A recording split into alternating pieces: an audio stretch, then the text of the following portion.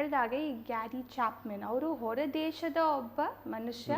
ಅವರು ಬರೆದ 5 ಪ್ರೀತಿಯ ಭಾಷೆಗಳು.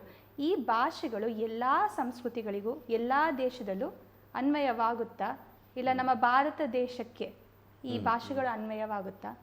ಒಳ್ಳೆ ಪ್ರಶ್ನೆ. ಆದರೂ ಇಲ್ಲಿ ನೋಡಿ, ನಾವು ಪ್ರೀತಿ ಎಂಬುದಾಗಿ ಹೇಳುವಾಗ ಇಟ್ಸ್ ಅ ಯೂನಿವರ್ಸಲ್ ಲ್ಯಾಂಗ್ವೇಜ್.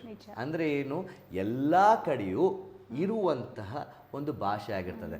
ತೋರಿಸುವಂಥ ವಿಧ ಬೇರೆ ಇರಬಹುದು, ವ್ಯಕ್ತಪಡಿಸುವಂಥ ರೀತಿ ಬೇರೆ ಇರಬಹುದು, ಆದರೆ ಆ ಪ್ರೀತಿ ಅನ್ನುವಂಥದ್ದು ಎಲ್ಲ ಕಡೆಯೂ, ಈ ಲೋಕದಾದ್ಯಂತ ಎಲ್ಲ ಕಡೆಯೂ ಅದು ಒಂದೇ ಆಗಿರ್ತದೆ.